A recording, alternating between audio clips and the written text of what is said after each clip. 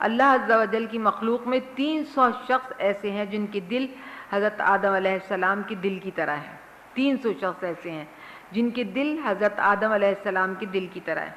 اور اللہ تعالیٰ کی مخلوق میں 40 ایسے شخص ہیں جن کے دل حضرت موسیٰ علیہ السلام کی طرح ہیں. اور اللہ تعالیٰ کی مخلوق میں 7 ایسے شخص ہیں جن کے دل حضرت ابراہیم علیہ السلام کے دل کے موافق ہیں. اور اللہ تعالیٰ کی مخلوق میں 5 ایسے شخص ہیں جن کے دل حضرت جبریل علیہ السلام کے موافق ہیں. اور اللہ تعالیٰ کی مخلوق میں 3 ایسے شخص ہیں جن کے دل میکائیل علیہ السلام کے موافق ہیں. اللہ تعالیٰ کی مخلوق میں 1 ایسا شخص ہے جس کا دل حضرت اسرافیل علیہ السلام کے موافق ہے. جب ایک شخص فوت ہو جاتا ہے تو اللہ تعالیٰ 3 میں سے اس کا بدل لے آتا ہے. اور جب 3 میں سے کوئی فوت ہوتا ہے تو اللہ 5 میں سے اس کا بدل لے آتا ہے. جب 5 میں سے فوت ہو جاتا ہے تو اللہ تعالیٰ 7 میں سے اس کا بدل لے آتا ہے. اور جب 7 میں سے کوئی فوت ہوتا ہے تو اللہ تعالیٰ 40 میں سے اس کا بدل لے آتا ہے. جب 40 میں سے کوئی فوت ہوتا ہے تو اللہ تعالیٰ 300 میں سے اس کا بدل لے آتا ہے.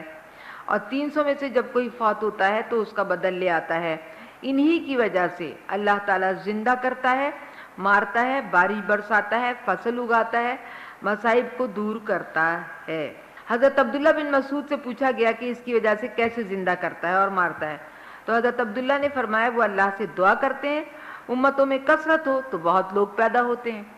جب وہ بد دعا کرتے ہیں کہ ظالم اور جابر لوگوں کے خلاف دعا کرتے ہیں تو وہ ہلاک کر دیے جاتے ہیں. یعنی ان کی دعاؤں سے لوگ ہلاک کیے جاتے ہیں, ان کی دعاؤں سے لوگ بڑھ جاتے ہیں. وہ بارش کی دعا کرتے ہیں تو بارش ہوتی ہے, وہ اللہ سے دعا کرتے ہیں تو اس کے خلاف دعا کرتے ہیں تو وہ تو فصلیں اگاتی ہیں. وہ ادا کرتے ہیں, دعا کرتے ہیں تو اللہ تعالیٰ بلاؤں اور مصائب کو ٹال دیتا ہے. یہ ہے حلیت الاولیاء میں یہ حدیث لکھی ہوئی ہے. یہ ابدال اور نجبا اور نقبا کہلاتے ہیں نا, یہ اولیاء الظام کے وہ درجات ہوتے ہیں. ہمیں اولیاء الظام کی زندگی کے جب ہم دیکھنے جاتے ہیں تو سب سے پہلے ہم حضور نبی کریم صلی اللہ علیہ وسلم کے صحابہ کے اخلاق اور ان کی عبادات اور ان کی کرامات یعنی ہم دیکھیں تو ہمیں اس سے بھی ہمیں بہت زیادہ سبق ملتا ہے. اولیاء الظام کی کرامات کے ثبوت میں قرآن مجید کی جو آیات ہیں ان میں سورہ حجرات ہے. سورہ حجرات کی آیت نمبر 13, بے شک تم میں سب سے زیادہ صاحب کرامت وہ ہے جو سب سے زیادہ متقی ہو. جو سب سے زیادہ متقی ہو وہ کیا ہے؟ صاحب کرامت ہے. کرامت سے مراد یعنی ایسے افعال کا ظہور ہونا کہ جو خلاف معمول ہو, ایسے افعال کا خلاف عادت ہو, یعنی ایسی چیزوں کا ظہور ہو. جیسے اب مثالیں آتی ہیں قرآن پاک میں. سورہ نمل میں جب حضرت سلیمان علیہ السلام نے کہا کون ہے تم میں سے جو بلقیس کا تخت لے کر آئے, ہے نا, تو اس وقت جنات کا جو سردار تھا وہ کھڑا ہوا اور اس نے کہا کہ آپ کا دربار چھوٹنے نہیں پائے گا کہ میں اس کا تخت لا کر حاضر کر دوں گا. تو اس وقت اللہ تعالیٰ فرماتا ہے جس کے پاس کتاب کا علم تھا اس نے کہا اس تخت کو آپ کے پاس پلک جھپکنے سے پہلے لے آتا ہوں. تو جب سلیمان نے اس تخت کو اپنے پاس رکھا ہوا دیکھا تو کہا یہ میرے رب کا فضل ہے. تو یہ کون تھے؟ آصف بن برقیہ تھے جو وزیر تھے حضرت سلیمان علیہ السلام کے, جو وزیر تھے آصف بن برقیہ. یہ ان کے بارے میں یہ آیت ہے کہ انہوں نے یہ کہا, ان کو کتاب کا علم تھا, یعنی وہ تھے اصل میں ولی اللہ ان کے دربار میں. تو جنات نے کہا کہ دربار چھوٹ جائے تو میں تخت لا دوں گا, لیکن جو اللہ کے ولی تھے انہوں نے کہا آپ پلک جھپکیے کہ میں آپ کو تخت لا کر دے دیتا ہوں. تو یہ فرق ہے یعنی اولیاء اللہ میں اور جنات میں. اور علامہ آلوسی نے لکھا ہے کہ یہ تخت 2 ماہ کی مسافت پر واقع تھا, کہ 2 ماہ کا سفر طے کر کے کوئی جاتا پھر اس کے بعد وہ تخت لے کر آتا تو 2 ماہ لگتے, 2 مہینے,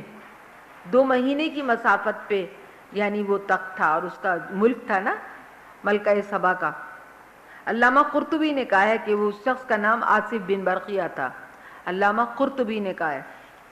اور وہ تخت یمن میں تھا اور حضرت سلیمان شام میں تھے. حضرت سلیمان شام میں تھے اور وہ تخت یمن میں تھا. جب آصف بن برقیہ نے اللہ تعالیٰ سے یہ دعا کی کہ وہ بلقیس کے تخت کو لے آئے تو وہ تخت زمین کے اندر سے گھسا اور حضرت سلیمان کے سامنے آ گیا. وہ شخص زمین کے وہ تخت جو تھا وہ زمین کے اندر سے نکل کر باہر آ گیا۔ اچھا ہے، ویسے شبیر احمد عثمانی نے بھی اس بات کو لکھا ہے کہ وہ شخص حضرت سلیمان کا صحابی اور وزیر آصف بن برقیہ ہے جو کتب سماویہ کا عالم اور اللہ کے اسماء اور کلام کی تاثیر سے واقف تھا۔ اس نے عرض کیا کہ میں چشم زدن میں تخت کو حاضر کر سکتا ہوں، آپ کسی طرف دیکھیے، قبل اس کے کہ آپ ادھر سے نگاہ ہٹائیں تخت آپ کے سامنے رکھا ہوگا۔ حضرت سلیمان نے فرمایا یہ میرے رب کا فضل ہے۔ اللہ تعالیٰ نے اولیاء الزام کی صفت جو بیان کی وہ یہ کہ انہیں نہ کوئی خوف ہوتا ہے اور نہ کوئی ڈر، اور قیامت کے دن وہ غمگین نہیں ہوں گے۔ اولیاء اللہ کو دنیا اور آخرت میں بشارت دی جاتی ہے۔ آگے اللہ تبارک و تعالیٰ نے ارشاد فرمایا کہ انہوں نے کہا اللہ نے بیٹا بنا لیا ہے، وہ اس سے پاک ہے، وہی بے نیاز ہے آسمانوں اور زمینوں میں، اور سب اسی کے مملوک ہیں۔ یہاں پہ اللہ تبارک و تعالیٰ نے اس آیت مبارکہ میں یعنی 68 اور 70 نمبر آیت میں اللہ تبارک و تعالیٰ نے یہ فرمایا کہ اس باطل قول پر کوئی دلیل تمہارے پاس نہیں ہے کفار، اے کفار، اللہ تعالیٰ مسیح اللہ کے بیٹے نہیں ہیں، اور نہ عزیر اللہ کے بیٹے ہیں، نہ فرشتے اللہ کی بیٹیاں ہیں۔ اللہ تعالیٰ قدیم ہے، نہ اس نے کوئی اولاد جنی ہے اور نہ وہ کسی سے جنا گیا ہے، نہ اس نے کوئی اولاد جنی ہے، نہ وہ کسی سے جنا گیا ہے۔ آگے اللہ تبارک و تعالیٰ ارشاد فرماتا ہے وَاتْلُ عَلَيْهِمْ نَبَأَ نُوحٍ إِذْ قَالَ لِقَوْمِهِ يَا قَوْمِ إِنْ كَانَ كَبُرَ عَلَيْكُمْ مَقَامِي وَتَذْكِيرِي بِآيَاتِ اللَّهِ فَعَلَى اللَّهِ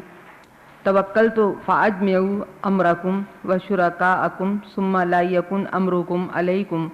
غمۃ ثم اقضوا الی ولا تنظرون فإن تولیتم فما سألتکم من اجر ان اجری الا علی اللہ وامرت ان اکون من المسلمین فکذبوه فنجیناہ ومن معه فی الفلک وجعلناہم خلائف واغرقنا الذین کذبوا بآیاتنا فانظر کیف کان عاقبۃ المنذرین ثم بعثنا من بعده رسلا الى قومهم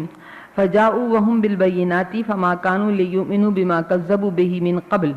كذلك نطبع على قلوب المعتدين ثم بعثنا من بعدهم موسى وهارون الى فرعون وملئه بآياتنا فاستكبروا وكانوا قوما مجرمين فلما جاءهم الحق من عندنا قالوا ان هذا لسحر مبين قال موسى اتقولون للحق لما جاءكم اسحر هذا ولا يفلح الساحرون قالوا اجئتنا لتلفتنا اما وجدنا عليه آباءنا وتكون لكم الكبرياء في الارض وما نحن لكما بمؤمنين وقال فرعون ائتوني بكل ساحر عليم فلما جاء السحرة قال لهم موسى القوا ما انتم ملقون فلما القوا قال موسى ما جئتم به السحر ان الله سيبطله ان الله لا يصلح عمل المفسدين ويحق الله الحق بكلماته ولو كره المجرمون۔ اس کا لفظی ترجمہ یہ ہے اور ان کے سامنے نوح کا قصہ بیان کیجیے جب انہوں نے اپنی قوم سے کہا اے میری قوم اگر تم کو میرا تمہارے درمیان رہنا اور تمہیں اللہ کی آیتوں کے ساتھ نصیحت کرنا ناگوار ہے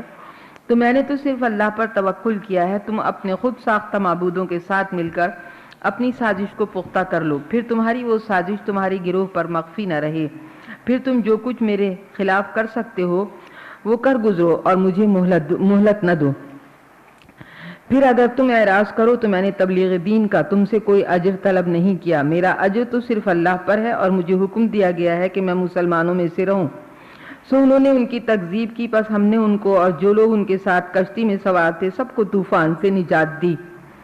اور ہم نے انہیں ان کا جانشین بنا دیا، اور جن لوگوں نے ہماری آیتوں کی تکذیب کی تھی ان کو ہم نے غرق کر دیا۔ تو آپ دیکھیے ان لوگوں کا انجام کیسا ہوا جن کو ڈرایا گیا تھا۔ پھر نوح کے بعد ہم نے اور رسولوں کو ان کی قوم کی طرف بھیجا، سو وہ ان کے پاس واضح دلائل لے کر آئے تو وہ اس پر ایمان لانے کے لیے تیار نہ تھے جس کی وہ پہلے تکذیب کر چکے تھے۔ ہم اس طرح سرکشی کرنے والوں کے دلوں پر مہر لگا دیتے ہیں۔ پھر ان کے بعد ہم نے موسیٰ اور ہارون کو فرعون اور اس کے درباریوں کی طرف اپنی نشانیوں کے ساتھ بھیجا تو انہوں نے تکبر کیا، وہ مجرم لوگ تھے۔ پس جب ان کے پاس ہماری طرف سے حق آیا تو کہنے لگے بے شک یہ تو ضرور کھلا ہوا جادو ہے۔ موسیٰ نے کہا کیا تم حق کے متعلق یہ کہتے ہو جب وہ تمہارے پاس آیا کیا یہ جادو ہے؟ جادو کرنے والے تو کبھی کامیاب نہیں ہوتے۔ انہوں نے کہا کیا تم ہمارے پاس اس لیے آئے ہو کہ تم ہمیں اس دین سے پھیرو جس پر ہم نے اپنے باپ دادا کو پایا ہے اور زمین میں تم ہی دونوں کے لیے بڑائی ہو جائے اور ہم تم پر ایمان لانے والے نہیں ہیں۔ فرعون نے حکم دیا کہ ہر ماہر جادوگر کو ہمارے پاس لے آؤ۔ پس جب وہ جادوگر آ گئے موسیٰ نے ان سے کہا تم ڈالو جو کچھ تم ڈالنے والے ہو۔ پھر جب انہوں نے ڈال دیا تو موسیٰ نے کہا تم جو کچھ لائے ہو وہ جادو ہے، بے شک عنقریب اللہ اس کو نیست و نابود کر دے گا، بے شک اللہ فساد کرنے والوں کے کام کی اصلاح نہیں فرماتا، اور اللہ اپنے کلمات سے حق کا حق ہونا ثابت فرما دے گا، خواہ مجرموں کو ناگوار ہی کیوں نہ ہو۔ یہاں پہ اللہ تبارک و تعالی حضرت نوح علیہ السلام کا واقعہ بیان فرما رہا ہے، اور اس آیت میں جو 72 اور 71ویں آیت ہے، اس میں اللہ تبارک و تعالی یہ ارشاد فرماتا ہے کہ نوح علیہ السلام کا قصہ آپ بیان کیجئے جب انہوں نے اپنی قوم کو یہ کہا کہ تمہیں میرا رہنا تمہارا ناگوار ہے تو تم اپنے معبودوں کے ساتھ مل کے سازش کر لو، پھر تمہاری وہ سازش جو ہے تمہارے گروہ پہ مخفی نہیں رہے گی، اور تم جو کچھ میرے خلاف کر سکتے ہو کر لو، مجھے مہلت بھی مت دو۔ تو میں تبلیغ دین کے کام سے میں تم پہ کوئی اجر تو نہیں مانتا، میرا اجر تو صرف اللہ پر ہے، اور مجھے حکم دیا گیا کہ میں مسلمانوں میں سے رہوں۔ یہاں پہ اللہ تبارک و تعالیٰ نے یہاں قصے جو ہیں نبیوں کے بیان کیے ہیں، اور قصے بیان کرنے میں ایک حکمت یہ ہے کہ اللہ تبارک و تعالیٰ یہ بتانا چاہتا ہے کہ اصحاب انبیاء علیہ السلام کے لیے انبیاء علیہ السلام میں نمونہ ہو، یعنی پچھلے جو رسول گزر چکے ہیں اور ان کے ساتھ جو واقعات اور سختیاں ان کی قوموں نے کی ہیں وہ بتا کر اللہ تبارک و تعالی حضور کو تسلی دینا چاہتا ہے، تاکہ حضور کو بھی آسان لگے کہ ان کی قوم جو کچھ کر رہی ہے اسی طرح پچھلی قوموں نے بھی اپنے نبیوں کے ساتھ کیا تھا۔ اور دوسرے یہ بات بتانا مقصود تھی کہ پچھلی قوموں نے جنہوں نے نبیوں کو ستایا تھا تو اس کے نتیجے میں ان لوگوں کو ناکامی اور نامرادی ہوئی اور کافر ذلیل اور رسوا ہوئے، اس لیے اللہ تبارک و تعالیٰ پچھلے نبیوں کے قصے بیان کرتا ہے۔ اچھا، حضرت نوح علیہ السلام کا قصہ یہ ہے کہ حضرت نوح علیہ السلام 900 سال تک اپنی قوم کے درمیان رہے اور تبلیغ دین کرتے رہے۔ ان کی قوم کو یہ ناگوار تھا کہ حضرت نوح ان کے درمیان اتنے عرصے تک رہیں، 950 سال کہا جاتا ہے، ہاں، اور وہ اپنے بت پرستی کے طریقے پہ کاربند رہے۔ یہاں پہ حضرت نوح علیہ السلام کا یہ پورا واقعہ جو ہے وہ اس طرح بیان کیا گیا ہے کہ حضرت نوح علیہ السلام نے کو اللہ تبارک و تعالیٰ نے پھر جب آپ نے بد دعا کی کہ اے اللہ تعالیٰ اس قوم کو غرق کر دے، اس قوم کو غرق کر کے ختم کر دے، تو حضرت نوح علیہ السلام کی بد دعا اللہ تعالیٰ نے قبول کی، اور پھر ایسا طوفان نوح آیا کہ پوری دنیا اس کے اندر غرق ہو گئی۔ لیکن حضرت نوح علیہ السلام اور ان کے چند ساتھیوں کو جو ایمان لے آئے تھے ان کو اللہ تعالیٰ نے کہا کہ تم کشتی کے اندر بیٹھ جاؤ، اور ان کو اللہ تعالیٰ نے ہر تباہی سے محفوظ رکھا۔ پھر اللہ تبارک و تعالیٰ نے نوح علیہ السلام کے بعد جب پوری دنیا غرق ہو گئی پھر اس کے بعد اللہ تعالیٰ نے دوسری دنیا پیدا کی، اور جب پیدا کی تو پھر ان کے پاس پھر نبی بھیجے، مختلف نبی اللہ تعالیٰ نے بھیجے، مثلا حضرت شعیب علیہ السلام، حضرت لوط علیہ السلام آئے، حضرت ہود علیہ السلام آئے، حضرت صالح علیہ السلام آئے، یہ سب عظیم معجزات لے کر اس کے بعد آئے، مگر ان سب کی قوموں نے ان کے ساتھ وہی کیا جو اس سے پہلے نبی کے ساتھ کر چکے تھے۔ اب اس کے بعد اللہ تبارک و تعالیٰ یہ فرماتا ہے کہ کافروں کے دل پر مہر لگی ہوئی ہے، ہم اس طرح سرکشی کرنے والوں کے دلوں پہ اللہ تعالیٰ فرماتا ہے ہم مہر لگا دیتے ہیں، سرکشی کرنے والوں کے دلوں پہ مہر لگا دیتے ہیں۔ اس کے معنی یہ کہ وہ ایمان لانے کے منافی نہیں ہے، یعنی وہ ایمان ان کے دل سخت ہو گئے اور وہ ایمان نہیں لائیں گے۔ پھر اللہ تعالیٰ نے آگے حضرت موسیٰ علیہ السلام کا واقعہ بیان کیا کہ حضرت موسیٰ علیہ السلام کو اللہ تعالیٰ نے فرعون کے دربار میں بھیجا جو بڑا سرکش تھا اور خدائی کا دعویٰ کرتا تھا۔ تو فرعون نے اپنے جادوگروں کو کہا کہ یہ جو کھلا جادو کر رہا ہے تم اس سے زیادہ بڑا جادو دکھاؤ، اور جب ان لوگوں نے سانپ بنا کر چھوڑے، رسیوں کو سانپ بنا دیا اور سانپ بنا کے جب چھوڑے تو اللہ تعالیٰ نے حضرت موسیٰ علیہ السلام کو حکم دیا کہ اپنا عصا ان کے بیچ میں پھینک دیں، اور وہ عصا جو ہے وہ اژدہا بن کے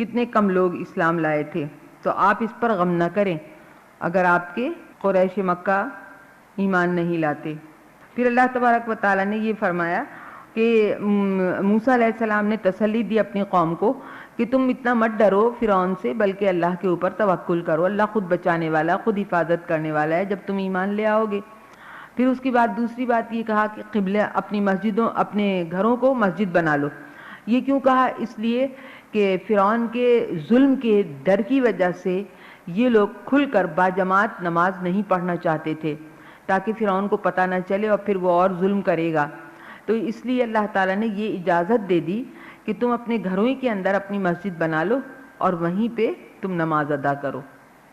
اپنے گھروں ہی کے اندر قبلے کی رخ کر کے اور نماز ادا کرو. حضرت موسیٰ علیہ السلام نے ان کے خلاف دعا کی اور ان کے جرائم بھی بیان کیے حضرت موسیٰ علیہ السلام نے. اور یہ بھی حضرت موسیٰ نے کہا کہ اللہ تعالیٰ تو نے ان کو زینت کا سامان بہت دیا، یعنی ان کو صحت بھی دی، ان کو حسن و جمال بھی دیا، ان کو عمدہ لباس بھی دیے، ان کو گھر کا ساز و سامان بھی دیا اور ان کو سونے اور چاندی کے ڈھیر بھی دیے. اور اللہ تعالیٰ سے آپ نے بد دعا کی ان لوگوں کے لیے کہ یہ ان تمام چیزوں سے لوگوں کو راستے سے بھٹکاتے ہیں، تو اللہ تعالیٰ تو ان کے دلوں کو سخت کر دے. تو اللہ تعالیٰ نے فرمایا تمہاری دونوں بھائیوں کی دعا ہم نے قبول کر لی. اور فرعون جو ہے اس دعا کے بعد 40 سال تک زندہ رہا. پھر آگے اللہ تعالیٰ فرماتا ہے یہ جاہل لوگ ہیں جو دعا میں جلدی کرنے کے لیے کہتے ہیں. یہ جو اللہ تعالیٰ سے یہ کہتے ہیں نا اللہ تعالیٰ ہماری فوراً دعا قبول کر لے، اللہ ہماری جلد سے جلد دعا قبول کر لے، تو اللہ تعالیٰ ایسے لوگوں کو جاہل فرماتا ہے. کبھی اللہ تعالیٰ سے یہ نہیں کہنا چاہیے اللہ تعالیٰ جلدی سے ہماری دعا قبول کر لے، کیونکہ اللہ تعالیٰ بہتر جانتا ہے کہ کون سی دعا جو ہے وہ انسان کے لیے دیر میں مقبول ہونے میں فائدہ ہے اس کا، ہے نا، کون سی دعا جو ہے اس کا جلدی مقبول ہونے میں فائدہ ہے. تو یہ سب فائدے تو اللہ تعالیٰ جانتا ہے بندوں کے، تو اس لیے اللہ تعالیٰ ایسے لوگوں کو جاہل فرماتا ہے کہ جو دعا میں جلدی کرتے ہیں. پھر آگے اللہ تعالیٰ نے ارشاد فرمایا کہ ہم نے بس بنی اسرائیل کو سمندر کے پار گزار دیا تو فرعون اور اس کے لشکر نے دشمنی اور سرکشی سے اس کا پیچھا کیا. حضرت موسیٰ علیہ السلام جب اپنی قوم کو لے کے اور گئے دریا پر تو اللہ تعالیٰ نے دریا میں راستہ بنا دیا خشکی کا، اور حضرت موسیٰ علیہ السلام اور ان کی قوم خشکی کے راستے سے نکل گئی. تو فرعون جو تھا اس نے یہ دیکھا کہ راستہ بنا ہوا ہے خشکی کا، تو اپنی فوج لے کے سارا اس خشکی کے راستے میں اتار دیا کہ میں بھی اس کے پیچھے پیچھے جاؤں. جب وہ بیچ دریا میں پہنچا تو اللہ تعالیٰ نے پانی کو حکم دیا کہ سارا سمٹ جائے، تو لہٰذا وہ اور اس کی پوری قوم جو ہے غرق ہونے لگی. جب غرق ہونے لگی تو اس وقت فرعون نے جو ہے اللہ سے دعا کی کہ اللہ تعالیٰ میں بنی اسرائیل کے خدا کے اوپر میں ایمان لایا اور میں مسلمان ہو گیا، لیکن اللہ تعالیٰ نے کہا کہ اب تو نے موت کو دیکھ لیا تو اس وقت ایمان لایا، تو اس لیے اللہ تعالیٰ نے کہا لیکن تیری دعا ہم قبول کریں گے، اور وہ اس طرح کہ تیرے مردہ جسم کو ہم باقی رکھیں گے. لہذا اس کا مردہ جسم ابھی تک بھی ممی کی صورت میں مصر میں موجود ہے. ہاں، ممی بنا کے رکھا ہوا ہے ان لوگوں نے مصر میں فرعون کا. تو اللہ تعالیٰ نے اس لیے تاکہ آتے لوگوں کے لیے یہ نشانی ہو جائے. پھر اس کے بعد یہ ہے کہ حضرت ابن عباس رضی اللہ تعالیٰ عنہ سے ایک حدیث مروی ہے کہ رسول اللہ صلی اللہ علیہ وسلم نے فرمایا جب اللہ تعالیٰ نے فرعون کو غرق کیا تو اس نے کہا میں اس پر ایمان لایا جس پر بنی اسرائیل ایمان لائے. جبرائیل نے کہا اے محمد کاش آپ اس وقت مجھے دیکھتے جب میں سمندر کی کیچڑ اس کے منہ میں ڈال رہا تھا اس خوف سے کہ اس پر رحمت ہو جائے. یعنی حضرت جبرائیل امین جو تھے وہ فرعون کے منہ میں کیچڑ ڈال رہے تھے، کیونکہ فرعون نے جب عذاب دیکھ لیا تو اس نے وقتی طور پر عذاب کو ٹالنے کے لیے ایمان کا اظہار کیا. اللہ تعالیٰ نے دعا کیوں نہیں قبول کی؟ اس لیے نہیں کی کہ اس نے وقتی طور پر عذاب کو ٹالنے کے لیے ایمان کا اظہار کیا. اور ایمان اس وقت مکمل ہوتا ہے جب توحید کے ساتھ رسالت کا بھی اقرار کرے. تو اس نے رسالت کا اقرار نہیں کیا، موسیٰ علیہ السلام کے نبی ہونے کا اقرار نہیں کیا کہ ہاں اللہ تعالیٰ میں تجھ پر ایمان لایا، تیرے نبی موسیٰ پر ایمان لایا. تو جب تک کہ موسیٰ علیہ السلام پر ایمان نہیں لایا، نبی پر ایمان جب تک نہ لائے اس وقت تک ایمان مکمل نہیں ہوتا. اسی طرح اگر کوئی شخص لا الہ الا اللہ صرف کہے تو وہ مسلمان نہیں ہوتا. لا الہ الا اللہ تو شیطان بھی کہتا تھا، شیطان توحید کو مانتا تھا، مگر کیونکہ حضور کی رسالت پر، حضرت آدم کی رسالت پر ایمان نہیں لایا تھا شیطان، اس وجہ سے وہ بھی راندہ درگاہ ہوا. اور دنیا میں بھی جو شخص لا الہ الا اللہ کہے، محمد رسول اللہ نہ کہے، تو تو وہ ایمان والا نہیں ہوتا۔ اچھا، یہاں پہ حضرت جبرائیل امین اس کی مٹی منہ میں ڈالنے کے لیے ایک وجہ یہ بھی ہو سکتی ہے کہ اللہ تعالیٰ نے یہ واضح کر دیا کہ اب تو راندہ درگاہ ہو چکا، اب تیرا ایمان لانا مقبول نہیں ہے، اور تجھے اے فرعون تیرے جسم کو ہم نے بچا لیا تاکہ تو لوگوں کے لیے عبرت بن جائے۔ یعنی وہ فرعون جو خدائی کا دعویٰ کرتا تھا آج مردہ پڑا ہوا ہے، اور کوئی بھی مطلب کسی بھی بادشاہ نے اس کے جسم کو چھیڑنے کی کوشش نہیں کی کہ اس کے جسم کو ضائع کر دیتا ہے، اللہ نے قائم رکھا ہوا ہے اس کے جسم کو ایسے کا ایسے ہی۔ یہ قرآن مجید کی صداقت اور محمد صلی اللہ علیہ وسلم کی نبوت کی حقانیت کی بہت بڑی دلیل ہے۔ اگر قرآن نہ بتاتا تو لوگوں کو کیسے معلوم ہوتا کہ فرعون کی لاش جو ہے رکھی ہوئی ہے اور فرعون ڈوبا نہیں ہے، بلکہ اللہ تعالیٰ نے اس کے جسم کو محفوظ رکھا ہے۔ تو یہ قرآن کی صداقت کی دلیل ہے، قرآن کی سچائی کی دلیل ہے کہ دیکھو جسم موجود ہے، قرآن کبھی جھوٹ نہیں بولتا، قرآن ہمیشہ سچ بات کہتا ہے۔ آگے اللہ تعالیٰ ارشاد فرماتا ہے وَلَقَدْ بَوَّأْنَا بَنِي إِسْرَائِيلَ مُبَوَّعَ صِدْقٍ وَرَزَقْنَاهُم مِّنَ الطَّيِّبَاتِ فَمَا اخْتَلَفُوا حَتَّىٰ جَاءَهُمُ الْعِلْمُ إِنَّ رَبَّكَ يَقْضِي بَيْنَهُمْ يَوْمَ الْقِيَامَةِ فِيمَا كَانُوا فِيهِ يَخْتَلِفُونَ فَإِن كُنتَ فِي شَكٍّ مِّمَّا أَنزَلْنَا إِلَيْكَ فَاسْأَلِ الَّذِينَ يَقْرَؤُونَ الْكِتَابَ مِن قَبْلِكَ لَقَدْ جَاءَكَ الْحَقُّ مِن رَّبِّكَ فَلَا تَكُونَنَّ مِنَ الْمُمْتَرِينَ وَلَا تَكُونَنَّ مِنَ الَّذِينَ كَذَّبُوا بِآيَاتِ اللَّهِ فَتَكُونَ مِنَ الْخَاسِرِينَ إِنَّ الَّذِينَ حَقَّتْ عَلَيْهِمْ كَلِمَةُ رَبِّكَ لَا يُؤْمِنُونَ وَلَوْ جَاءَتْهُمْ كُلُّ آيَةٍ حَتَّىٰ يَرَوْا الْعَذَابَ الْأَلِيمَ فَلَوْلَا كَانَتْ قَرْيَةٌ آمَنَتْ فَنَفَعَهَا إِيمَانُهَا إِلَّا قَوْمَ يُونُسَ لَمَّا آمَنُوا كَشَفْنَا عَنْهُمْ عَذَابَ الْخِزْيِ فِي الْحَيَاةِ الدُّنْيَا وَمَتَّعْنَاهُمْ إِلَىٰ حِينٍ وَلَوْ شَاءَ رَبُّكَ لَآمَنَ مَنْ فِي الْأَرْضِ كُلُّهُمْ جَمِيعًا أَفَأَنْتَ تُكْرِهُ النَّاسَ حَتَّىٰ يَكُونُوا مُؤْمِنِينَ وَمَا كَانَ لِنَفْسٍ أَن تُؤْمِنَ إِلَّا بِإِذْنِ اللَّهِ وَيَجْعَلُ الرِّجْسَ عَلَى الَّذِينَ لَا يَعْقِلُونَ قُلِ انظُرُوا مَاذَا فِي السَّمَاوَاتِ وَالْأَرْضِ وَمَا تُغْنِي الْآيَاتُ وَالنُّذُرُ عَنْ قَوْمٍ لَا يُؤْمِنُونَ فَهَلْ يَنتَظِرُونَ إِلَّا مِثْلَ أَيَّامِ الَّذِينَ خَلَوْا مِن قَبْلِهِمْ قُلْ فَانتَظِرُوا إِنِّي مَعَكُم مِّنَ الْمُنتَظِرِينَ ثُمَّ نُنَجِّي رُسُلَنَا وَالَّذِينَ آمَنُوا كَذَٰلِكَ حَقًّا عَلَيْنَا نُنجِي الْمُؤْمِنِينَ قُلْ يَا أَيُّهَا النَّاسُ إِن كُنتُمْ فِي شَكٍّ مِّن دِينِي فَلَا أَعْبُدُ الَّذِينَ تَعْبُدُونَ مِن دُونِ اللَّهِ وَلَٰكِنْ أَعْبُدُ اللَّهَ الَّذِي يَتَوَفَّاكُمْ وَأُمِرْتُ أَنْ أَكُونَ مِنَ الْمُؤْمِنِينَ وَأَنْ أَقِمْ وَجْهَكَ لِلدِّينِ حَنِيفًا وَلَا تَكُونَنَّ مِنَ الْمُشْرِكِينَ وَلَا تَدْعُ مِن دُونِ اللَّهِ مَا لَا يَنفَعُكَ وَلَا يَضُرُّكَ فَإِن فَعَلْتَ فَإِنَّكَ إِذًا مِّنَ الظَّالِمِينَ۔ اس کا لفظی ترجمہ یہ ہے اور بے شک ہم نے بنی اسرائیل کو رہنے کے لیے عمدہ جگہ دی حتیٰ کہ ان کے پاس بذریعہ توریت علم آ گیا۔ بے شک آپ کا رب قیامت کے دن اس چیز میں فیصلہ فرمائے گا جس میں یہ اختلاف کرتے ہیں۔ پس اے مخاطب اگر تم اس چیز کے متعلق شک میں ہو جس کو ہم نے تمہاری طرف نازل کیا ہے تو ان لوگوں سے پوچھ لو جو تم سے پہلے کتاب کو پڑھتے ہیں، بے شک تمہارے رب کی طرف سے حق آ گیا، پس تم شک کرنے والوں میں سے ہرگز نہ ہو جانا اور ان لوگوں میں سے ہرگز نہ ہو جانا جنہوں نے اللہ کی آیتوں کی تکذیب کی، ورنہ تم نقصان اٹھانے والوں میں سے ہو جاؤ گے۔ اے رسول مکرم صلی اللہ علیہ وسلم، بے شک جن لوگوں پر آپ کے رب کا حکم صادر ہو چکا ہے وہ ایمان نہیں لائیں گے خواہ ان کے پاس تمام نشانیاں آ جائیں، حتیٰ کہ وہ دردناک عذاب کو بھی دیکھ لیں۔ تو کوئی بستی ایسی کیوں نہ ہوئی کہ وہ عذاب کی نشانی دیکھ کر ایمان لے آتی تو اس کا ایمان اس کو نفع دیتا، سوائے یونس کی قوم کے کہ جب وہ ایمان لے آئی تو ہم نے اس سے دنیا کی زندگی میں ذلت کا عذاب دور کر دیا، ہم نے ان کو ایک وقت مقرر تک فائدہ پہنچایا، اور اگر آپ کا رب چاہتا تو روئے زمین کے تمام لوگ ایمان لے آتے، تو کیا آپ لوگوں پر جبر کریں گے حتیٰ کہ وہ ایمان لے آئیں؟ اور کسی شخص کے لیے یہ ممکن نہیں ہے کہ وہ اللہ کی اجازت کے بغیر ایمان لے آئے، اور جو لوگ بے عقل ہیں ان پر وہ کفر کی نجاست ڈال دیتا ہے۔ آپ کہیے تم غور سے دیکھو آسمانوں اور زمینوں میں اس کی وحدت کی کیسی نشانیاں ہیں، اور یہ نشانیاں اور ڈرانے والے ان لوگوں کو کوئی فائدہ نہیں پہنچا سکتے جو ضد اور اناد سے ایمان نہیں لاتے، پس یہ لوگ صرف اسی طرح کے ایام کا انتظار کر رہے ہیں جیسے عذاب کے ایام ان سے پہلی قوموں پر گزر چکے ہیں۔ آپ کہیے کہ تم بھی انتظار کرو، میں بھی انتظار کرنے والوں میں سے ہوں۔ پس ہم عذاب آنے پر اپنے رسولوں کو اور ایمان لانے والوں کو عذاب سے بچاتے رہے ہیں۔ اسی طرح اللہ کی سنت جاریہ ہے، مومنوں کو نجات دینا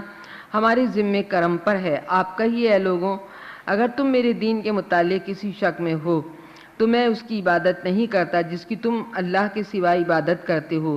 لیکن میں اللہ کی عبادت کرتا ہوں جو تمہاری روحیں قبض کرتا ہے، اور مجھے یہ حکم دیا گیا ہے کہ میں مومنوں میں سے رہوں، اور آپ اپنا چہرہ دین کے لیے قائم رکھیں، باطل سے منہ موڑتے ہوئے مشرکین میں سے ہرگز نہ ہو جائیں، اور اللہ کے سوا کسی کی عبادت نہ کریں جو آپ کو نہ نفع پہنچا سکے نہ نقصان پہنچا سکے۔ اگر بالفرض آپ نے ایسا کیا تو آپ ظالموں میں سے ہو جائیں گے۔ یہاں اللہ تبارک و تعالیٰ کا یہ ارشاد ہے کہ بے شک ہم نے بنی اسرائیل کو رہنے کے لیے تو عمدہ جگہ دے دی، پاکیزہ رزق بھی دیا، سو انہوں نے اختلاف نہ کیا حتیٰ کہ ان کے پاس توریت کا علم بھی آ گیا۔ اللہ تبارک و تعالیٰ جو ہے قیامت کے دن اس چیز میں فیصلہ فرما دے گا جس میں اختلاف کرتے تھے۔ یہاں پہ اللہ تعالیٰ نے جو یہ کہا ہے کہ شک کی نسبت جو ہے نا کہ آپ شک مت کیجئے، تو یہ شک جو ہے یہ لوگوں کے لیے کہا گیا ہے کہ اے لوگوں تم شک مت کرو اس پر جو ایمان جو کہ کتاب لے کر آئے نبی صلی اللہ علیہ وسلم، اس کے اوپر تم شک مت کرو، حق آ گیا تمہارے پاس، اور شک کرنے والوں میں سے ہرگز مت ہو جانا۔ اللہ کی آیتوں کی تکذیب جن لوگوں نے کی تو اگر تم بھی جھٹلاؤ گے تو یا شک میں پڑ جاؤ گے تو نقصان اٹھانے والے ہو جاؤ گے۔ تو اللہ تبارک و تعالیٰ فرماتا ہے اس کا حکم آ چکا، وہ ایمان نہیں لائیں گے، یعنی یہ جو کافر لوگ ہیں ان کے دل اتنے سخت ہو گئے ہیں کہ یہ ایمان نہیں لائیں گے اور یہ دردناک عذاب کو دیکھ لیں گے۔ یہاں پہ اللہ تبارک و تعالیٰ نے جو ارشاد فرمایا ہے نا کہ شک میں مت مبتلا ہونا، تو اس کا جو ترجمہ کیا ہے اعلیٰ حضرت نے سب سے اچھا کیا ہے کہ اے سننے والے اگر تجھے کچھ شبہ ہو اس میں جو ہم نے تیری طرف اتارا، یعنی یہ جو شک ڈالنے والی بات ہے نا یہ حضور کے لیے نہیں کہی گئی کہ آپ کو شک نہیں ہونا چاہیے قرآن میں، بلکہ یہ کہی گئی ہے لوگوں کے لیے کہ اے سننے والے لوگوں اگر تمہیں کچھ شبہ ہو کہ ہم نے تمہاری طرف جو اتارا قرآن، تو ان سے پوچھ کے دیکھو جو تجھ سے پہلے کتاب پڑھنے والے ہیں، ان لوگوں سے مطلب پوچھ کے دیکھو جو تم سے پہلے یعنی توریت انجیل اور زبور کو پڑھ چکے ہیں۔ اب آگے جو ہے اللہ تبارک و تعالیٰ نے حضرت یونس علیہ السلام کا واقعہ بیان کیا ہے۔ حضرت یونس علیہ السلام کا واقعہ بیان کرتے ہوئے اللہ تعالیٰ نے یہ فرمایا کہ تو کوئی بستی ایسی کیوں نہ ہوئی کہ وہ عذاب کی نشانی دیکھ کر ایمان لے آتی تو اس کا ایمان اور اس کو نفع دیتا۔ سو یونس کی قوم کے جب وہ ایمان لے آئی تو ہم نے اس دنیا کی زندگی سے ان کا ذلت کا عذاب دور کر دیا اور ہم نے ان کو ایک وقت تک مقرر تک فائدہ پہنچایا۔ تو حضرت یونس علیہ السلام جو تھے یہ حضرت ابراہیم علیہ السلام کے نواسے تھے، حضرت ابراہیم علیہ السلام کے نواسے ہیں اور شام کے رہنے والے تھے۔ یہ بچپن میں فوت ہو گئے تھے، ایک قول ہے ایک قول یہ ہے کہ حضرت یونس جو تھے یہ بچپن میں فوت ہو گئے تھے، تو ان کی والدہ نے حضرت الیاس سے جو اللہ کے نبی تھے ان سے سوال کیا اور کہا کہ آپ اللہ سے دعا کریں میرا بیٹا زندہ ہو جائے۔ تو حضرت الیاس نے ان کے لیے دعا کی اور حضرت یونس دوبارہ زندہ ہو گئے، حضرت یونس علیہ السلام دوبارہ زندہ ہو گئے۔ حضرت یونس کے علاوہ کوئی اولاد ان کی نہیں تھی، اور 40 سال کی عمر جب ہوئی تو حضرت یونس علیہ السلام کو نبوت ملی۔ وہ بنی اسرائیل کے بہت عبادت گزاروں میں سے تھے۔ اللہ تعالیٰ نے ان کو تبلیغ دین کے لیے نینوا کی طرف بھیجا، نینوا جو دریائے دجلہ کے مشرقی کنارے پر ہے، آج کل وہاں پہ شہر جو ہے موصل ہے، موصل۔ حضرت یونس علیہ السلام غصے کے بہت تیز تھے۔ حضرت ابن عباس فرماتے ہیں کہ جب حضرت یونس علیہ السلام ان لوگوں کے ایمان لانے سے مایوس ہو گئے تو انہوں نے اپنے رب سے اپنی قوم کو ہلاک کرنے کی بد دعا دی۔ حضرت یونس علیہ السلام جب اپنی قوم سے مایوس ہوئے تو اپنی قوم کے لیے بد دعا کی اور ان لوگوں کو خبر دی کہ 3 دن بعد ان پہ عذاب آ جائے گا، اور اپنی بیوی اور بچوں کو لے کے وہاں سے چلے گئے۔ جب ان کی قوم کو یقین ہو گیا کہ عذاب آنے والا ہے تو وہ پھر پریشان ہو گئے اور انہوں نے کہا کہ حضرت یونس علیہ السلام سچ کہہ رہے تھے اور وہ یقیناً وہ اللہ کے نبی ہیں۔ تو ان سب نے توبہ کر لی، انہوں نے سب نے مل کے توبہ کی اور ان کے تمام مرد اور عورتیں مویشیوں کو لے کے نکلے۔ انہوں نے ٹاٹ کے کپڑے پہنے ہوئے تھے، اپنے سروں پہ راکھ ڈالی ہوئی تھی اور اپنے پیروں میں کانٹے بچھائے ہوئے تھے اور رو رو کر گڑ گڑا کر اللہ تعالیٰ سے توبہ کر رہے تھے، اور اللہ تعالیٰ نے ان کی دلوں کی سچائی دیکھ کے ان کی توبہ قبول کر لی اور عذاب کو ٹال دیا۔ تو حضرت یونس علیہ السلام کو پھر اس کے بعد شیطان نے آ کے بہکایا کہ اگر اب آپ اپنی قوم کے پاس گئے تو وہ آپ کی تکذیب کریں گے اور کہیں گے آپ نے جس عذاب کا کہا تھا وہ ہمارے اوپر نہیں آیا، تو اس لیے آپ ایک کشتی میں سوار ہو گئے۔ آپ ایک کشتی میں سوار ہو گئے، وہ کشتی جو تھی بیچ دریا میں جا کے چکر کاٹنے لگی۔ کشتی والوں نے کہا، آپس میں کہا کہ اس کا کیا سبب ہے؟ حضرت یونس نے فرمایا مجھے معلوم ہے، ایک بندہ اپنے رب سے بھاگ کر یہاں آیا ہے، ایک بندہ اپنے رب سے بھاگ کر یہاں آ گیا ہے، اس وجہ سے یہ کشتی جو ہے یہ چل نہیں رہی ہے، تو اگر تم اس بندے کو اٹھا کے دریا میں ڈال دو تو کشتی چلنے لگے گی۔ چنانچہ حضرت یونس علیہ السلام کو دریا میں ڈال دیا، اللہ تعالیٰ نے ایک مچھلی کو حکم دیا، وہ آپ کو نگل گئی۔ حضرت یونس علیہ السلام کے متعلق 3 روایتیں ہیں، ایک یہ کہ آپ 40 دن اس کے پیٹ میں رہے مچھلی کے، ایک روایت ہے کہ 7 دن آپ مچھلی کے پیٹ میں رہے، ایک روایت ہے کہ آپ 3 دن مچھلی کے پیٹ میں رہے۔ غرض یہ کہ آپ نے 3 اندھیروں میں قید کاٹی، 3 اندھیرے دیکھے۔ 3 اندھیرے کون سے؟ رات کا اندھیرا، پانی کا اندھیرا اور مچھلی کے پیٹ کا اندھیرا، 3 اندھیرے تھے جن میں آپ نے قید برداشت کی۔ جب 40 دن پورے ہو گئے تو پھر تاریکیوں میں انہوں نے پکارا، اے اللہ، یہ نا فنادى فی الظلمات ان لا الہ الا انت سبحانک انی کنت من الظالمین، سورہ انبیاء میں ہے کہ پھر تاریکیوں میں انہوں نے پکارا، اے اللہ تیرے سوا عبادت کا کوئی مستحق نہیں، تو پاک ہے، بے شک میں زیادتی کرنے والوں میں سے تھا۔ پھر فرشتوں نے ان کے رونے کی آواز سن لی، گریہ ازاری کی، تو فرشتے ان کے ساتھ ساتھ رونے لگے۔ پھر اللہ تبارک و تعالیٰ کو رحم آ گیا، اللہ تعالیٰ نے فرمایا یہ میرا بندہ یونس ہے، اس سے ایک اجتہادی خطا ہو گئی تو میں نے اس کو دریا میں مچھلی کے پیٹ میں قید کر لیا۔ فرشتوں نے کہا اے رب یہ نیک بندہ ہے، صبح اور شام اس کے بکثرت نیک اعمال آسمانوں کے اوپر جاتے ہیں۔ فرمایا ہاں۔ پھر اللہ تعالیٰ نے مچھلی کو حکم دیا، دریائے دجلہ کے کنارے پہ آپ کو حضرت یونس کو اگلا، دریائے دجلہ کے کنارے پہ اگلا تو اسی وقت اللہ تعالیٰ نے زمین پر پھیلنے والا کدو کا درخت لگا دیا، کدو کا، لوکی یعنی لوکی کا درخت اگا دیا، اور حضرت یونس کو 1,70,000 آدمیوں کی ہدایت کے لیے پھر بھیج دیا۔ حضرت یونس علیہ السلام کی طرف ایک چرواہا آیا اور اس چرواہا نے اپنی بکری سے دودھ ان کو پلانا شروع کیا، اور پھر واپس ان کی قوم میں جا کر ان کو بتایا کہ یونس علیہ السلام کو میں دیکھ کر آیا ہوں۔ پھر ان کی قوم ان کو لینے کے لیے آئی حضرت یونس علیہ السلام کو۔ حضرت یونس علیہ السلام نے اللہ سے دعا کی کہ مجھے زمین میں چلنے پھرنے کے لیے اور تبلیغ دین کرنے کا اجازت دے دے، تو اللہ تعالیٰ نے حضرت یونس علیہ السلام کو اجازت دے دی اور آپ چل پھر کر تبلیغ دین کرتے رہے، اور چرواہے کو اللہ تعالیٰ نے بادشاہت دے دی کیونکہ اس نے نبی کو پہچانا تھا نا اور پیغام پہنچایا تھا ان کی قوم تک، تو چرواہے کو وہاں کا بادشاہ بنا دیا۔ اللہ کی دین ہے۔ آگے اللہ تعالیٰ کا ارشاد ہے، تو جو کوئی بستی ایسی کیوں نہ ہوئی کہ وہ عذاب کی نشانی دیکھ کے ایمان لے آتی تو اس کا ایمان اس کو نفع دیتا۔ یونس کی قوم کہ جب وہ ایمان لے آئی تو ہم نے اس دنیا کی ذلت کا عذاب جو ہے وہ ان پر سے ختم کر دیا۔ اس کا مطلب یہ کہ جب کوئی قوم توبہ کر لیتی ہے، اللہ سے معافی مانگ لیتی ہے، تو اللہ تعالیٰ بڑے بڑے عذابوں کو ٹال دیتا ہے، اور اللہ تعالیٰ نے پھر ان کی قوم کو بھی بہت خوشحال کیا۔ حضرت یونس علیہ السلام کی روئے زمین کے تمام لوگوں کو مومن بنانا اللہ تعالیٰ کی قدرت میں ہے، لیکن اس کی حکمت میں نہیں ہے۔ یہاں اللہ تبارک و تعالیٰ کفار مکہ کو جواب دے رہا ہے کہ تم جو ہر وقت عذاب الہی مانگتے ہو اور ہمارے نبی سے کہتے ہو کہ ہم پہ عذاب کیوں نہیں آتا، تو تم یہ دیکھ لو کہ تم سے پہلے لوگوں نے جب عذاب طلب کیا تو ان پر کیسا عذاب آیا۔ اس لیے حضرت نوح کا قصہ بیان کیا، پھر توبہ کرنے والی قوم حضرت یونس کا قصہ بیان کیا کہ دیکھو جو توبہ کر لیتے ہیں ان کو اللہ تعالیٰ بخش دیتا ہے، جو توبہ نہیں کرتے اللہ تبارک و تعالیٰ ان کو غرق کر دیتا ہے۔ یہ اس لیے اللہ تعالیٰ نے بیان کیا، دونوں مثالیں اللہ تعالیٰ نے بیان کر دی تاکہ قریش مکہ جو ہیں وہ اس حکمت کو سمجھیں اور ایمان لائیں۔ اللہ تعالیٰ نے انسان کو ایمان لانے کا اختیار دیا ہے کہ یا وہ ایمان لائے یا وہ کفر پر قائم رہے۔ جب وہ کفر پر بہت سختی کے ساتھ قائم رہتا ہے تو پھر اللہ تعالیٰ مہر لگا دیتا ہے کہ یہ ایمان نہیں لائے گا۔ پھر اللہ تعالیٰ پھر اپنی نشانی بیان کرتا ہے آگے کی آیت میں 101 نمبر آیت میں کہ آپ کہیے کہ تم غور سے دیکھو آسمانوں اور زمینوں میں کہ اس کے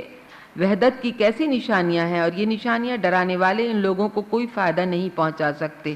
جو ضد اور اناد کی وجہ سے ایمان نہیں لاتے۔ یہاں اللہ تعالیٰ اپنی نشانیاں بیان کرتا ہے کہ اللہ تعالیٰ نے مختلف جگہوں پہ اپنی نشانیاں بیان کی ہیں، بار بار ان لوگوں کو بیان کی ہیں کہ کسی طرح اللہ کو ایک مان لیں، کہ دیکھو رات اور دن کس طرح ان میں اختلاف ہے، پھر بھی رات اپنے وقت پہ نکلتی ہے، دن اپنے وقت پہ نکلتا ہے، بارش اپنے وقت پہ ہوتی ہے، دریا میں سیلاب اور طوفانوں میں، کھیتوں میں، باغات میں، ہر جگہ جو ہے یہ اللہ تعالیٰ کی حکومت چلتی ہے۔ ان سب کا ایک نظام ہے جو اللہ تعالیٰ نے قائم کیا ہے۔ خود انسان کے جسم کا نظام بھی تو کتنا باریک نظام ہے، مگر دیکھو اللہ تعالیٰ نے وہ چلایا ہوا ہے ہر انسان کے اندر، پھر بھی انسان یہ غور نہیں کرتا کہ اللہ ایک ہے۔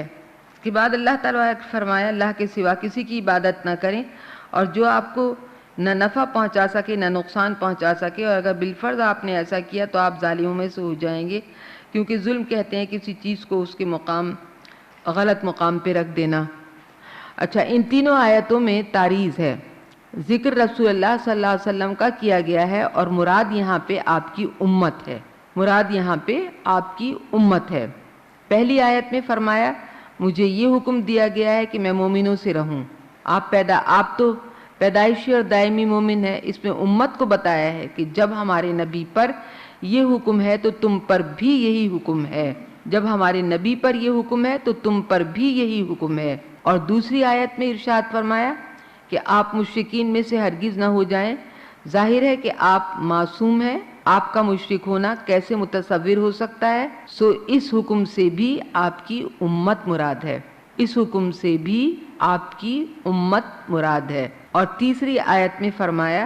اور اگر بالفرض آپ نے ایسا کیا تو آپ ظالموں میں سے ہو جائیں گے، یہ اس سے بھی مراد آپ کی امت ہے۔ آگے کی آیت میں اللہ تعالیٰ ارشاد فرماتا ہے وَإِن يَمْسَسْكَ كَاللَّهُ بِضُرٍّ فَلَا كَاشِفَ لَهُ إِلَّا هُوَ وَإِن يُرِدْكَ بِخَيْرٍ فَلَا رَادَّ لِفَضْلِهِ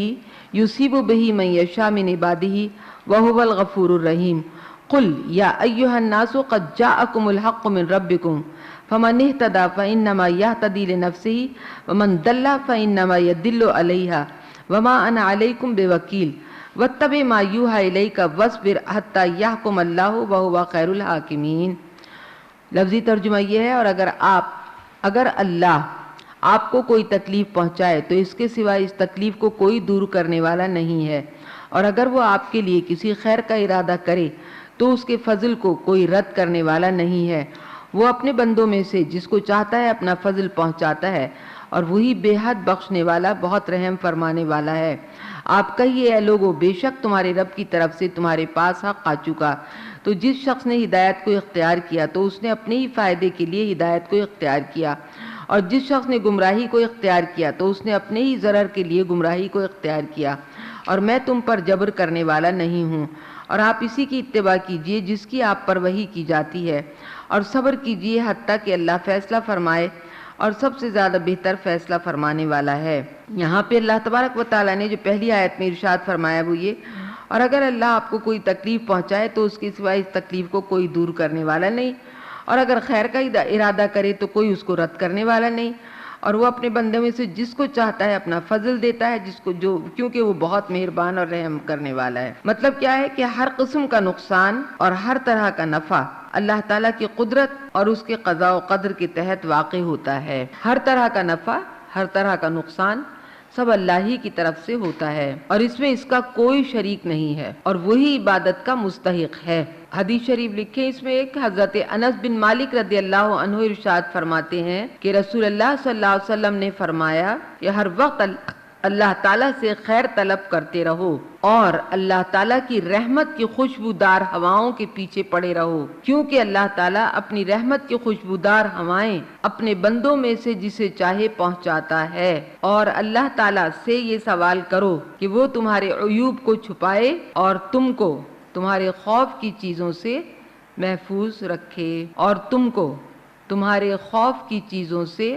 محفوظ رکھے۔ دیکھیے، بندے کے لیے اپنے گناہوں کو چھپانا واجب ہے، اپنے گناہوں کا اعلان کسی کے سامنے نہیں بتانا چاہیے۔ آپ نے اگر روزہ نہیں رکھا تو آپ کو یہ حکم نہیں ہے کہ آپ دوسروں کے سامنے بیان کریں کہ میں نے روزہ نہیں رکھا، یا میں نے نماز نہیں پڑھی، یا میں تو زکوٰۃ نہیں دیتی، یا مجھے تو حج نہیں کرنا۔ اس طرح کی باتیں جو ہیں یہ دوسروں کے سامنے کبھی بھی نہیں کہنی چاہیے۔ اپنے جو بھی انسان کرتا ہے اس کو چھپانا چاہیے. چھپانا واجب ہے اور ظاہر کرنا جو ہے وہ حرام ہے. اپنے گناہوں کو چھپانا واجب ہے اور ظاہر کرنا جو ہے وہ حرام ہے. حدیث شریف جو ہے وہ یہ ہے کہ حضرت انس بن مالک رضی اللہ تعالیٰ عنہ ارشاد فرماتے ہیں کہ رسول اللہ صلی اللہ علیہ وسلم نے فرمایا ہر وقت اللہ تعالیٰ سے خیر طلب کرتے رہو اور اللہ تعالیٰ کی رحمت کی خوشبودار ہواؤں کے پیچھے پڑے رہو اور اللہ تعالیٰ کی رحمت کی خوشبودار ہواؤں کے پیچھے پڑے رہو کیونکہ اللہ تعالیٰ اپنی رحمت کی خوشبودار ہوائیں اپنے بندوں میں سے جس کو چاہے پہنچاتا ہے. اور اللہ تعالیٰ سے یہ سوال کرو کہ وہ تمہارے عیوب کو چھپائے اور اللہ تعالیٰ سے سوال کرو کہ وہ تمہارے عیوب کو چھپائے اور تم کو تمہارے خوف کی چیزوں سے محفوظ رکھے. حضرت ابو ہریرہ رضی اللہ تعالیٰ عنہ سے ایک دوسری حدیث لکھ لیجئے. مروی ہے کہ رسول اللہ صلی اللہ علیہ وسلم نے فرمایا جس شخص نے اپنے مسلمان بھائی سے دنیا کی کوئی پریشانی دور کی اللہ اس کی آخرت کی پریشانیوں میں سے کوئی پریشانی دور کر دے گا. اللہ اس کی آخرت کی پریشانیوں میں سے کوئی پریشانی دور کرے گا. جو شخص کسی مسلمان کا پردہ رکھتا ہے جو شخص کسی مسلمان کا پردہ رکھتا ہے اس کا دنیا اور آخرت میں اللہ پردہ رکھتا ہے اور اللہ تعالیٰ بندے کی اس وقت تک مدد کرتا رہتا ہے جب تک وہ اور اللہ تعالیٰ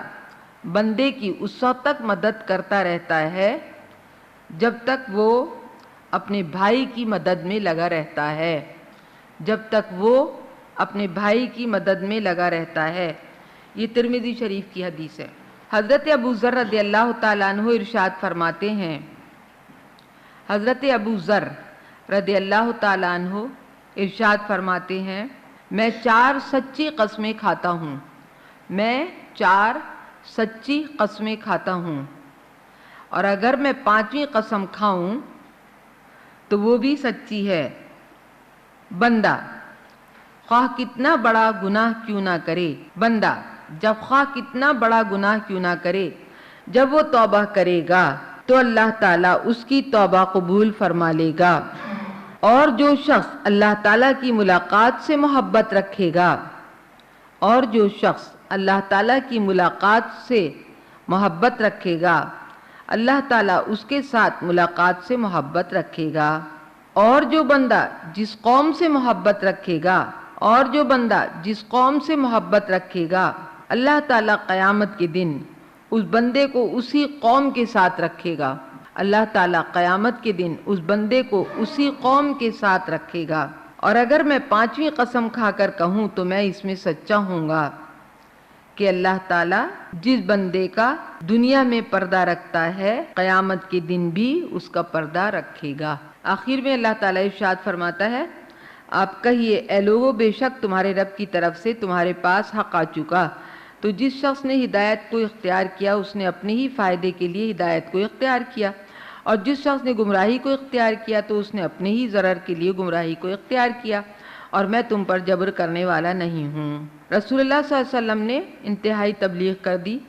اللہ تعالیٰ نے اس صورت میں توحید رسالت اور قیامت پر دلائل قائم کیے ہیں. اللہ تعالیٰ نے اس صورت میں توحید رسالت اور قیامت پر دلائل قائم کیے ہیں اور منکرین کے شبہات کا ازالہ فرمایا ہے. اور رسول اللہ صلی اللہ علیہ وسلم سے فرمایا کہ آپ کہہ دیجئے